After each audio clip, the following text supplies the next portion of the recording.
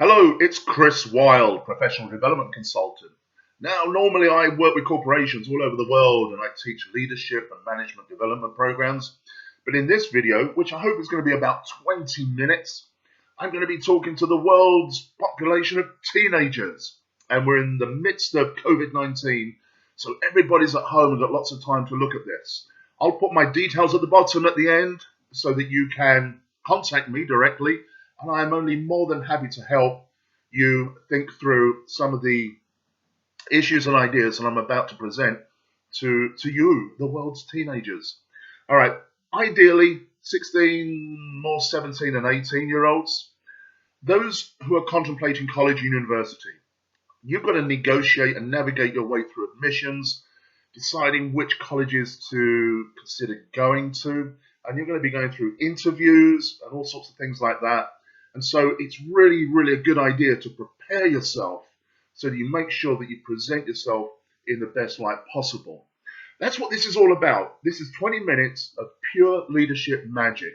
Now, I normally get paid pretty good money for doing this for corporations, but I'm going to be doing it for you really, really quickly because I know you're teenagers and 20 minutes is an awful long time to watch me and a fella like me wearing a white hat. By the way, why am I wearing a white hat? I'm wearing a white hat because it's one of the 6 thinking hats. If you don't know what they are, you can look at one of my earlier videos where I talk about the 6 thinking hats. But the white hat is all about an information dump, and that's what this is. I'm going to share with you some information that you can use so that when you run into a university, you're going to be really on point and mission focused. Okay, that's what this is all about. All right, let's begin. This is why I wanted to do this video. I was talking with a friend of mine who's a professor at the University of Massachusetts, and he was relating a story to me which I found fascinating. He asked first-year students in a lecture, what is worse, sustaining a broken arm or living without your cell phone or your mobile device for 2 weeks?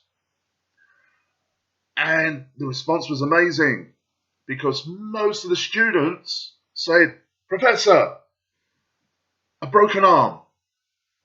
We'll take the broken arm so long as it doesn't interfere with us using the cell phone. And that's a problem, you see.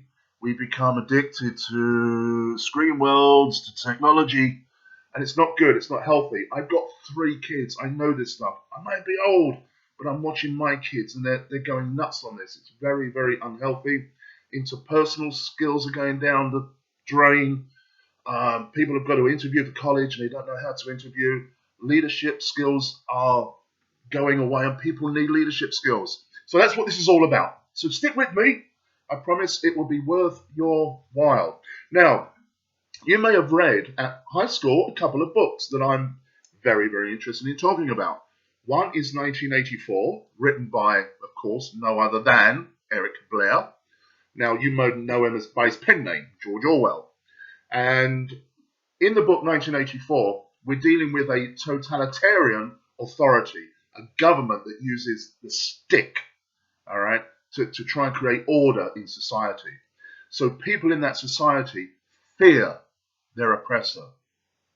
Now, there's another book written by Aldous Huxley, and that is actually his real name. It's called Brave New World, and it may be a book that you've been asked to read at high school. And it's kind of a similar book in a way because you still have a controlling government, a controlling authority. But unlike 1984, where people are controlled by fear, in Brave New World, people are controlled through pleasure. Let me explain what I mean. Now, there's a pleasurable thing in Brave New World called Soma. Now, I won't go into it too much. You'll have to read the book if you haven't already. You should have done if you went to high school. But basically, people are addicted to the things that give them pleasure, but it is used in a controlling way. So the difference is, with 1984, you have an authority controlling with a stick, but in Brave New World, you have an authority, a government, a controlling body that is offering a carrot. but the carrot is actually disguised as a stick. So when I look at what my friend, the professor in Massachusetts, said, and when I look at these conflicting stories between 1984 and Brave New World, I can see that we are in dire need for leadership, to give people control over their lives, over their intent, mission, and destiny. That's what this is all about. So I've kind of warmed it up on there a little bit. By the way, just putting my glasses on for a second, because I'm a little bit older than you. I have to wear glasses, although some of you probably wear glasses too. But your happiness and success and fulfillment will come by fulfilling your core values. And that is what this is all about. I am constantly surprised at how many people cannot identify with their core values. That's what this is about. Getting in touch with your core values, turning it into an intent or a mission that will drive you forward to your success. So let's get on with it. All right, a couple of exercises for you to do here. All right.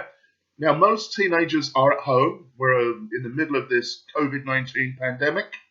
So everybody has a little time. I know you're learning from home. But if you can slot this little nugget of gold in your day, I think you'll get a lot of benefit from it. All right, so here's the first exercise. Go on the interweb, all right, the wibbly wobbly web, and type in these words: core, personal, human values. Now you can do that in any order. You can do core values, you can do top 50 or top 100 human values, core, personal values. And there'll be a plethora of websites that come up showing you these values, and you'll know which one will work for you. Some of the things you'll see is on these websites or images, whichever you choose to look at. You'll see things like achievement, adventure, bravery, courage, competitiveness, knowledge, love, family, and independence. There's dozens of them, 50, 100. Now, here's what I want you to do. I want you to pick 10. So look at this list that you see. Pick 10. All right? I'm going to give you a second or two just to think about that. I'm not going to stop the movie. You can. Let me stop it here. Pick 10. All right? Okay. Exercise number 2. Cut them down to 5. So think about your past. Think about your upbringing. Hopefully, I hope that most of you that this is reaching have had a wonderful upbringing with their parents or guardians. I acknowledge that some people may have had a tough upbringing. That's part of life. Maybe even abusive. I have to acknowledge that. But these things, these experiences define us, good, bad, or indifferent. So think about who has influenced you, your parents, your sports coaches, your teachers, your friends, or events in life. Some could be traumatic, some could be very inspirational. Think about those. Now, you've got these 10 values that are important to you. Well, what we're going to do now is cut them down to 5. So again, I'm not going to stop the movie here, but you can. So you can stop the movie, come back to it when you're ready. Cut those down to 5. Now, the final part of this exercise is to take a look at those 5 core values and see if you can eliminate 1 or 2 more, so you're left with 3 or 4. And the reason we want to do that is so that we can defend 3 or 4 values. We don't want 10 values, 20 values. Sometimes values can be very similar. Maybe achievement or advancement could be very, very similar. Yes, they're distinct, but they are very, very similar. So we want our values to have a wider distinction. So no more than 3 or 4 values. We don't want to cut any more, otherwise we'll be exactly where we started with no values at all. And that's no good to anybody.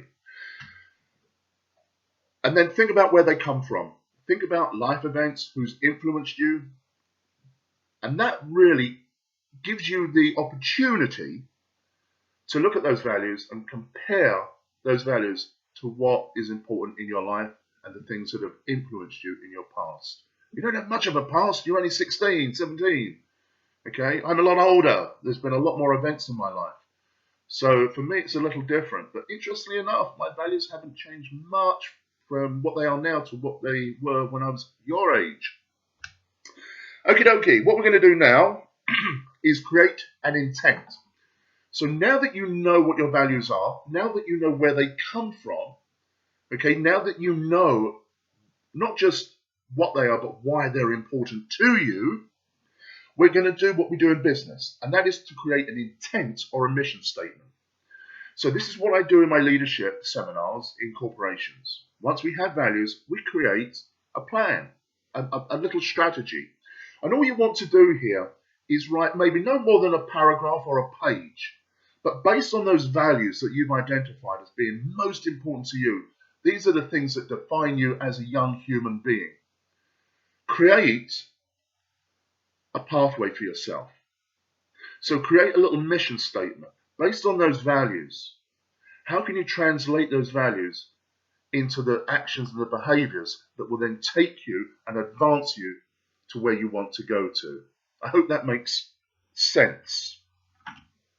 And just while you're contemplating that, I just want to make sure that I am on point here and mission focused myself. Obviously, life will trip you up along the way. It's not perfect. And I think that's a very important point, that once you have identified your values and you've created a mission for yourself, that you stay on mission, that you stay on point. And you've got to mitigate different things that will try and trip you up here and there and cause you to stumble. That's okay. That's just life. Things happen. What's important is your values anchor you. They hinge you to where you're trying to get to. And that's really quite cool, isn't it? Is cool still cool? Is that a cool word for teenagers? I don't know. You have to tell me. Right. Let's see.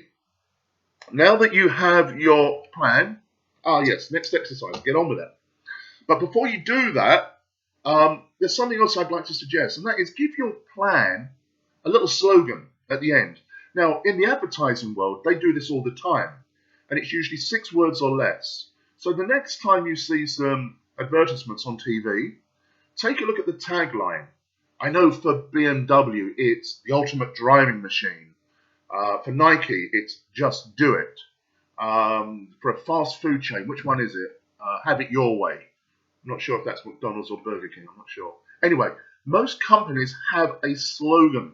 And so you can do the same thing. You can apply a slogan to your intent, your one-page mission. Now, let me tell you what my values are. I've got knowledge, creativity, family, and adventure. They're the 4 values that drive everything I do. Everything I do is hinged on those 4 values. I might put fun and humor in there as well, because that's very important to me too. Now, I know what my intent is, but I haven't refreshed it in a while. But I did this morning, and I'd like to read it to you if I may. So my head will go down. But my life's mission, and still is, to absorb as much knowledge as possible, to always be open to new discovery, new information, and learning. I'm left-handed, so right-minded. I'm artistically creative and so enjoy music and the arts and any other aspect of life that I find creativity in. I've got 3 kids and I love them immensely and I want to see them thrive. And I do things with a strong sense of adventure. I fly planes, I play music, I take risks, calculated risks. And I love to get outside my comfort zone. That's my sense of adventure and creativity kicking in. I really like being outside my comfort zone. That's where I learn, it's where I develop, and it's where I enjoy life the best. I've been described as a bit of a Renaissance man. It's a label that I'm happy to wear. And yeah, maybe I'm a little bit bohemian. And my tagline is, don't endure when you can enjoy. So it's that little advertising slogan. Don't endure when you can enjoy. And that just keeps me hinged. It keeps me grounded to the things that are important to me. And that absolutely defines me. So that's an example of how this all comes together. And it'll come together for you. It's very, very simple, this, but it's very deep and it's very meaningful and it's very important. And I think teenagers across the world will get so much from this. All right, let's take a look at some famous people. John Lennon. Okay, John Lennon, he was a Rolling Stone, wasn't he? No, I'm just kidding. He was a Beatle. John Lennon had values, and 3 or 4 values defined who he was as a human being. And you know what they were? Give you a minute. Stop the movie. Have a think about it. Let me tell you what they were. Peace, love, harmony, and music. Harmony and music, pretty much same thing. But this is an individual who lived his life totally hinged to those values of peace. You know, all we are saying is give peace a chance. Love, harmony. All you need is love. Oh, together now. Right, you get my point, okay? Winston Churchill. Democracy, determination, oratory, family, and wit. Now, if you think about those 5 values, that absolutely defines Churchill. Think about it. Democracy, determination, oratory, family, and wit. Now, I got quite close to Churchill's leadership style when I was involved briefly with a program that was headed up by his granddaughter some years ago. So I became a bit of an expert, I suppose, on Churchill, although it's not good to be called an expert because X is an unknown quantity and spurt is a sudden rush of water from a tap. Anyway, Martin Luther King. Equality, freedom, civility, human rights. Again, an individual whose actions and behaviors were absolutely founded on those 4 principles, those 4 virtues, those 4 human values. Florence Nightingale went to the Crimean War. And what were her values as a nurse? Care, welfare, well-being, compassion. And somebody that you might be able to relate to as a younger member of society, Greta Thunberg, 17 years of age, been nominated for the Nobel Peace Prize twice. Forbes describing her as one of the most influential women of our time. Women, she's 17, goodness sake. What are her 4 values? Environment and climate control. I'll put that as 1. What do I have here? Humanity, purpose. Yeah, she's got great purpose and influence. So let me say that again. Environment and climate control, humanity, purpose, and influence. Those 4 values. Now, they're the values that I came up with. You might see it slightly different, but I think if you come up with different adjectives, they'll be very, very similar. They have to be, because that's what's driving this beautiful young teenager. All right? Okay, let's move on. We haven't got too much more to go. I'm at 18 minutes, I think, here. We'll have you done in 2 or 3 minutes. I'm going to have a drink. Oh, my goodness me. Okay. It's Sprite. All right, once you've declared your values, once you've written your values down, you know where they come from, and you know that they're important to you and why they're important to you, and you've created your mission. People can put themselves in safe orbit around you, and that's a very important point. They can rely on you because you're genuine, so that when you go for interviews at a university or for an internship or for a job, and this will happen, hiring managers and HR recruiters will always open up with this question. So, Chris, tell me a little bit about yourself. Now, most people stutter. Yeah, let me think about that. Yeah, tell me about yourself. Well, where do I start? That's not a very good way of communicating or articulating your purpose and your passion. You've got to be direct, and you've got to rehearse this, and you've got to be genuine. And there's no better way than speaking from your values. So when somebody says to you, tell me a little bit about yourself, all you really need to do is summarize your intent, which you've already written down.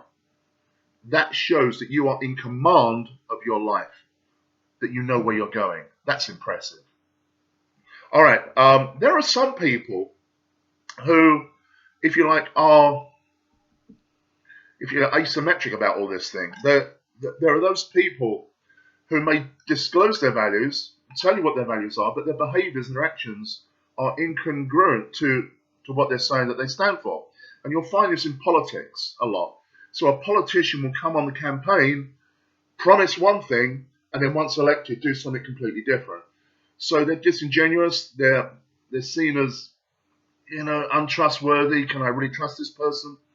And so that can do a lot of damage to you. When you say what your values are and then you act in a way that is totally counter to that, it makes you look like a fraud. So when you disclose your values, it's very, very important that your actions mirror those values that you stand for, that you say you stand for. All right, I'm just taking a quick moment myself here to make sure that I've not missed anything here. I made a quick note here that a lot of people think passion is important, and it is, but purpose is importanter. I just love that. I love that word. One of the young kids on our rugby team had a T-shirt. School is important, but rugby is importanter. I just love that. I love the humour of that. There you go. Values may change, but by and large, will stay with you through life. Like I said earlier, my values I got in touch with many, many, many years ago, and they really haven't changed much. Something like a major life event could change your values. I was at 9/11. I was on the 13th floor of the Standard & Poor building. I was probably just far enough away to survive it, but it did change one or two of my values that had a significant impact on my life. And that was a traumatic experience. But traumatic experiences, or even moments of great inspiration, can change a value. They're jarring. It's a real punch. It's a real intellectual punch that makes you think about things differently. Right. I've got one or two more things here to get through, and we're done. All right, we're at 22 minutes. I'll have you done by 25 minutes. Just a quick point of reference to your parents. I think I mentioned this. Yeah, look, they've raised you, they've invested in you, and they're about to drop 50K or maybe 100K if it's an Ivy League, maybe more, into a university. So one of the great things you can do to repay them at the very beginning is undertake this exercise. Do the values worksheet. Pick those 3 or 4 values. Make sure you know where those values come from or why they're important to you, and then write your mission statement or write an intent, just a one-page intent that tells you where you are now and where you intend to go and how you intend to get there. Well, you don't necessarily know how to get there. That will unweave as you go through life. But you know why you're going. The reason that you know why you're going is because you know why your values are important to you. All right. So yeah, do that out of respect for your parents. I mentioned that I'm a management development consultant. I don't normally make videos of teenagers, but I'm having an absolute. I'm really enjoying doing this. This is great fun. It's nice to think that I can talk to teenagers instead of adults for a change. And teenagers, I think, are far more receptive because their minds are still developing. So bless you for that. And thank you for staying with me if you have. It's interesting. Rugby requires a good constitution. And I think rugby, I love rugby dearly. And I think it does offer great leadership qualities to developing boys and girls that play the game.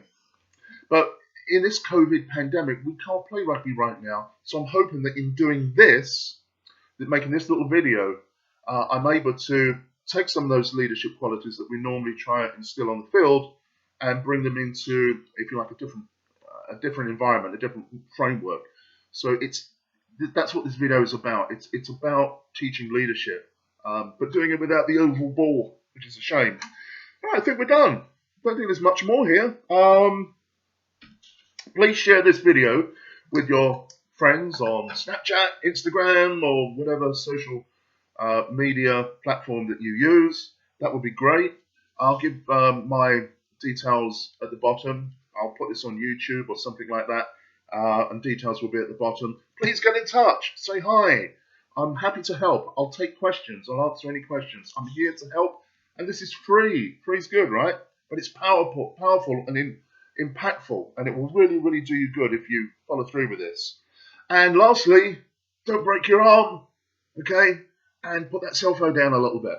All right, one last thing. I like to work with a candle.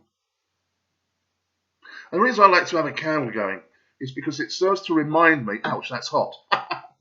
It serves to remind me that all that I try to do with adults, or in this video, is illuminating. And I think that's important, just to illuminate people's lives a little bit. Hey, listen, thanks for staying with me. It's 25 minutes. I'm Chris Wild. I'm a professional development consultant. And now I'm a communicator to the world's teenagers. Thanks so much for listening, guys. Okay, turn yourselves into great leaders. Go on, go and do it. Cheers. Thanks a lot. Cheerio. Bye.